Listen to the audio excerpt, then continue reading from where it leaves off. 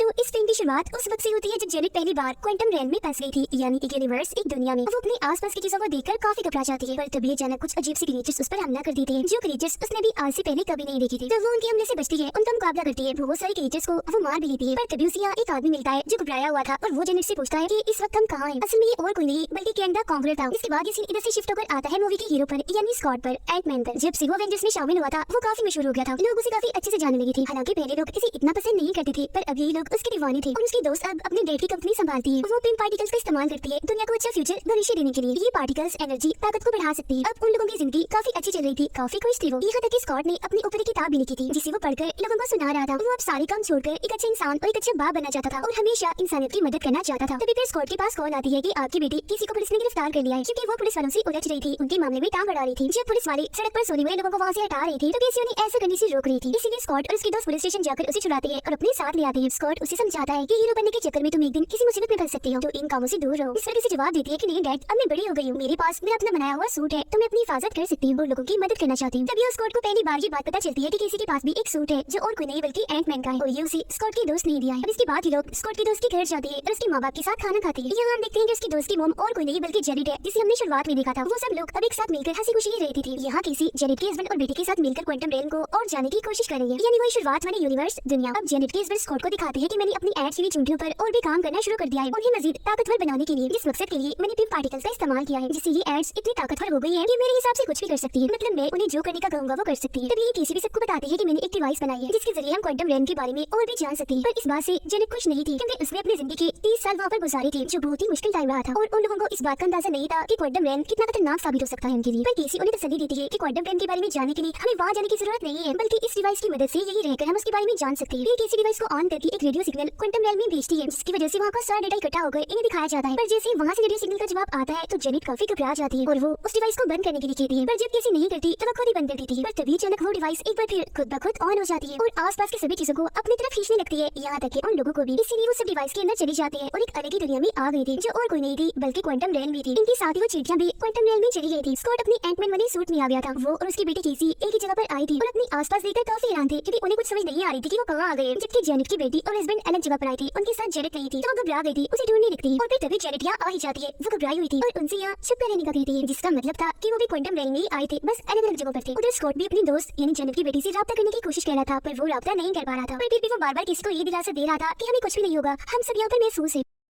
अभी वो बातें कर ही रही थी कि तभी अचानक एक काफी बड़ा सा क्रिएचर नीचे से उठता है और उन पर हमला कर देता है। वो अपनी जान बचाने के लिए भागती है। वो इन्हें अभी मारने ही वाला था कि तभी कुछ सूट पहने लोग यहाँ आकर अपनी पावर्स ताकत से उस क्रिएचर को मार गिराते हैं और इन लोगों की जान बचा लेते हैं। ये लोग दरअसल यही की क्वांटम रैम के ही रहने वाले थे, जो इन लोगों को भी अपने लिए खतरा समझ रही थी, तो पकड़कर उन्हें अपने साथ ले जाती है। वो अलग की जुबान में कुछ बोल रही थी। फिर जैसे वो स्कॉट को अपना खास किस्म का शरबत पिलाती है, तो स्कॉट को अब उनकी जुबान समझ आने लगी थी। वो उन लोगों को फिर बताता है कि हम यहाँ कैसे आए और आप लोगों के लिए हम खतरा नहीं है। पर तभी उनकी लीडर सामने आती है, कहती है कि तुम लोग ऊपर से आए हो, वो रास्ता खुल गया है, तो जरूर यहाँ वो कॉन्करर भी आता होगा। ये शुरुआत वाला आदमी जो जेनेट को भी मिला था। लीडर इन्हें बताती है कि उसने हमारी इस दुनिया क्वांटम रैम पर हमला करके इसे जहन्नुम नर्क जैसा बना दिया। पर यहाँ स्कॉट को ये समझ नहीं आ रही थी कि आखिरी कॉन्करर है कौन। पर हम समझ जाते हैं कि वो आदमी कैंग द कॉन्करर है, जो बहुत खतरनाक और अच्छा इंसान नहीं है। जेनेट को यहाँ के कुछ लोगों का ग्रुप मिलता है, जिनसे जाकर वो मिलती है। वो लोग उसे देखकर काफी खुश हो गई थी, क्योंकि जाहिर है इतना अरसा उसने यहाँ गुजारा था। ये देखकर उसका हस्बैंड और बेटी हैरान थे। अब यहाँ के लोग इन्हें एक बड़ा सा उड़ने वाला क्रिएचर देते हैं, ताकि लोग उस पर सवारी कर सके। इसके बाद ये लोग उस पर सवार होकर एक जगह पर जाते हैं, जहाँ जेनेट उन दोनों को भी वो एक खास किस्म का शरबत पिलाती है और अभी लोगों को भी यहाँ की जुबान समझ आने लगती है। अब यहाँ जेनेट अपने दोस्त से मिलकर उसकी मदद मांगती है, क्योंकि इस आदमी और जेनेट ने मिलकर कॉन्करर का पहले सामना भी किया था और ये काफी बहादुर कहलाई थी, सब में काफी मशहूर हो गई थी। पर यहाँ जेनेट को ये जान के काफी बुरा लगता है कि उसका ये दोस्त अब कॉन्करर के साथ मिल चुका है, यानी इसने उसे सुलह का हाथ बढ़ाया है और वो अब इन लोगों को ही ढूंढ रहा है। ये सुनकर टीना को गुस्सा आता है, इसीलिए उस आदमी पर हमला करके उसकी शिप को चुराकर यहाँ से भाग जाते हैं। उधर क्वांटम रैम की लीडर स्कॉट को बता रही थी कि कैसे कॉन्करर ने हमारे लोगों को मारकर यहाँ अपनी एक अलग दुनिया बना ली, जहाँ उसके बहुत सारे साथी है जो उसकी तरह खतरनाक है, और जो लोग बच गए वो उसे छुपते छुपाते उसे हराने के लिए हर वक्त लड़ते रहते हैं। अब इतनी देर में कैंग द कॉन्करर के लोग इन पर हमला कर देते हैं, क्योंकि उन्हें पता चल गया था कि वो लोग इन्हीं जेनेट और स्कॉट यहाँ आ चुके हैं। तभी लोग उनसे लड़ते हैं, उनका मुकाबला करते हैं। हालांकि कॉन्करर की टीम काफी बड़ी थी, काफी बड़ी लड़ाई छिड़ जाती है इनके बीच। कॉन्करर के लोगों ने मजबूत सूट पहने हुए थे और वो आग निकाल रहे थे। इसी दौरान केसी देखती है कि वो लोग यहाँ के लीडर को पकड़ने वाले हैं, इसीलिए वो बगैर कुछ सोचे ही अपने सूट में आकर उसकी मदद करने के लिए चली जाती है। तब ये देखकर स्कॉट को भी जाना पड़ता है उसकी मदद करने के लिए, और अब ये दोनों बाप बेटी अपने एंटमैन वाले सूट में आकर उनसे लड़ने लगते हैं और बड़ी बहादुरी से बहुत से लोगों को मार गिराते हैं। अभी उन लोगों ने सेकंड सांस ही लिया था कि तभी एक बड़ी सी रोबोट मशीन उन पर हमला करती थी। वो आके गोली गिरा रही थी, खतरनाक लाइट छोड़ रही थी और साथ ही तेज बिजली भी। इसीलिए लोग अपनी जान बचाने के लिए भागने लगते हैं, मगर तभी वो रोबोट मशीन स्कॉट के सामने आकर कहती है कि तुमसे दोबारा मिलकर अच्छा लगा स्कॉट। इसके बाद वो मशीन अपना चेहरा दिखाता है, जिसे देखकर स्कॉट काफी आनंद रह गया था क्योंकि ये उसका एक दुश्मनी था जिसे स्कॉट ने उसके सूट में ही मार दिया था। तो जाहिर है अब उसके दिमाग में ये सवाल था कि ये जिंदा अब कैसे है। वो भी इन्हें उठाकर अपने साथ ले आता है और बताता है कि उस दिन में मरा नहीं था, बल्कि मैं तो क्वांटम रेल में आ गया था, जहाँ कैंग द कॉन्करर ने मुझे बचाया और एक रोबोट मशीन बना दिया। मैं यहाँ आने वाली हर इंसान पर हमला करता हूँ। उधर जेनेट अपने हस्बैंड और बेटी को ये कहानी बता रही थी कि जब मैं यहाँ क्वांटम रेल में आई थी तब मेरी मुलाकात यहाँ कैंग द कॉन्करर से हुई। वो भी मेरी तरह यहाँ फंस गया था। उसने मुझे बताया कि मैं अलग अलग प्लैनेट्स पर जाता हूँ, पर शिप खराब होने की वजह से मैं यही फंस गया। दरअसल मेरे पास एक ऐसा शिप है जिसकी मदद से मैं किसी भी टाइम लाइन में किसी भी यूनिवर्स में जा सकता हूँ।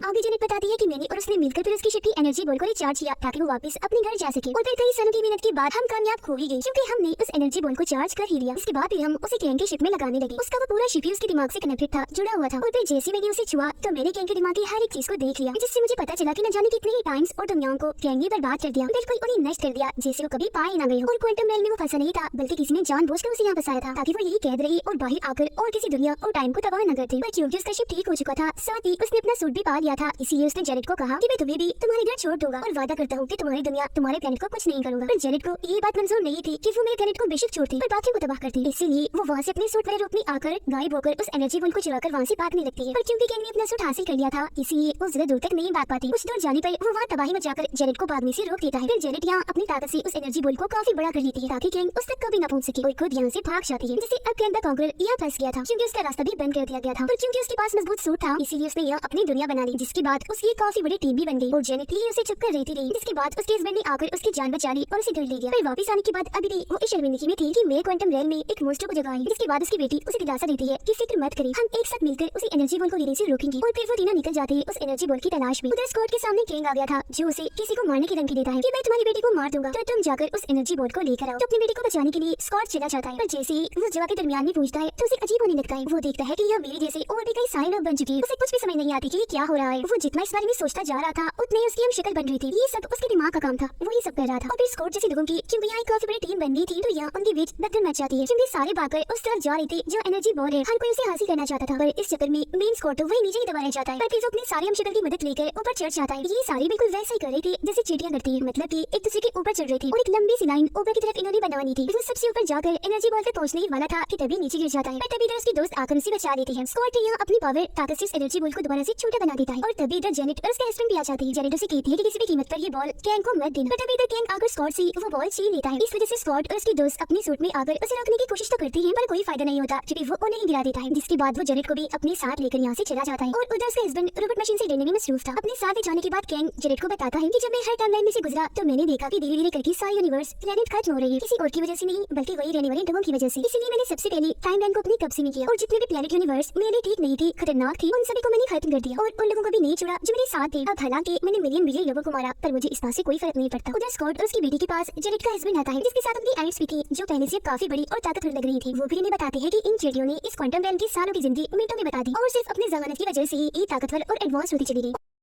उधर कैंग के गार्ड्स जब किसी को भी ले जा रही थी कैद करने के लिए तभी रास्ते में चलाकी से वो उन गार्ड से खुद को छुड़ा लेती है। उन्हें मारकर वो फिर यहाँ के लीडर को भी आजाद कर लेती है। लीडर किसी से कहती है कि तुम सब लोगों को ये मैसेज भेजो कि हमें एक साथ मिलकर कैंग के टावर पर हमला करना चाहिए, हम उसे हरा सकते हैं। ये सुनकर किसी तरह वहाँ के सिस्टम को हैक करके मैसेज देती है कि हम दोनों यही है और बिल्कुल ठीक भी, तो आप सब लोग अब एक साथ मिलकर कैंग के टावर पर हमला कर दें, हम उसे हरा सकते हैं। वो सभी लोगों की हौसला अफजाई कर रही थी और उसकी सारी बातें स्कॉट भी सुन रहा। इसके बाद वो सारे लोग एक होकर टावर पर हमला करने के लिए जाते हैं पर कैंग को भी ये बात पता चल गई थी। वो अपनी पूरी आर्मी के साथ यहाँ से भागने की सोच में था। वो एनर्जी बॉल को अपनी शिप में लगाकर शिप को स्टार्ट करने यानी चलाने का हुक्म देता है। पर तभी स्कॉट वहाँ अपनी एंटमैन वाली सूट में ही काफी बड़ी साइज के रूप में आकर वो हर तरफ तबाही मचाता जा रहा था। वो बिल्डिंग्स को अपने मुक्कों से और पैरों से बड़ी आराम से बर्बाद करता जा रहा था। कैंग की शिप्स उसे ऐसे करने से रोक रही थी पर वो उन्हें भी बस सिर्फ अपने हाथ से साइड पर हटाकर चींटियों की तरह मसलता जा रहा था। वो शिप्स काफी ज्यादा थी कि तभी बाकी के लोग भी इधर आ जाते हैं कैंग पर हमला करने के लिए। वो टावर के काफी पास आ चुके थे। उधर जब रोबोट मशीन किसी को मारने ही वाला था कि तभी वो भी अपने डैड की तरह अपना साइज बड़ा करके जोरदार उसे मुक्का मारती है फिर और उसे मारकर वही फेंक देती है और कहती है कि मैं तुम्हें एक मौका दे सकती हूँ, अगर तुम चाहो तो सुधर कर एक अच्छे इंसान बन सकते हो। उधर कैंग का शिप बस उड़ने ही वाला था कि तभी स्कॉट उस पर हमला कर देता है और उसकी एक एक झटके से शिप के कई सारे टुकड़े हो जाते हैं। इसीलिए अब कैंग भी बाहर आ चुका था अपनी असली खतरनाक रूप में और वहाँ के लोगों को वो मारना शुरू कर देता है अपनी खतरनाक ताकतवर लाइट से, जिसके सामने कोई भी टिक नहीं पा रहा था और वो सारे के सारे दूर दूर जाकर गिर रही थी। यहाँ तक कि स्कॉट भी आगे नहीं बढ़ पा रहा था उसे रोकने के लिए, उसका हमला वो भी नहीं झेल रहा था। फिर तभी गुस्से में कैंग उसे कहता है कि तुम्हें अंदाजा नहीं मैं कितना ताकतवर और खतरनाक हूँ, ना जाने मैंने कितने प्लैनेट्स यूनिवर्स का खात्मा कर दिया है और तो मैंने बहुत सारे एवेंजर्स के हीरो को भी मार गिरा है, तो तुम भी मेरे आगे कुछ नहीं। उसके लिए कहते यहाँ पर बहुत सारी एड्स आ जाती है जो जेनेट का हस्बैंड अपने साथ लाया था। वो सारी की सारी एड्स एक साथ कैंग पर हमला करती थी। उनकी तादाद इतनी ज्यादा थी कि कैंग के लिए उन्हें रोकना बहुत मुश्किल था, तो इसीलिए उसने अपनी चारों तरफ एक शील्ड बनानी थी ताकि वो उन्हें रोक सके। पर तभी अचानक उस पर रोबोट मशीन का हमला हो जाता है, जिससे वो शील्ड टूट जाती है और अब एक साथ सैकड़ों की तादाद में एड्स उस पर हमला करती थी और इसी के साथ ही रोबोट मशीन का भी खात्मा हो जाता है। तभी जेनेट उन्हें कहती है कि आप सब जल्दी से टावर में आ जाए,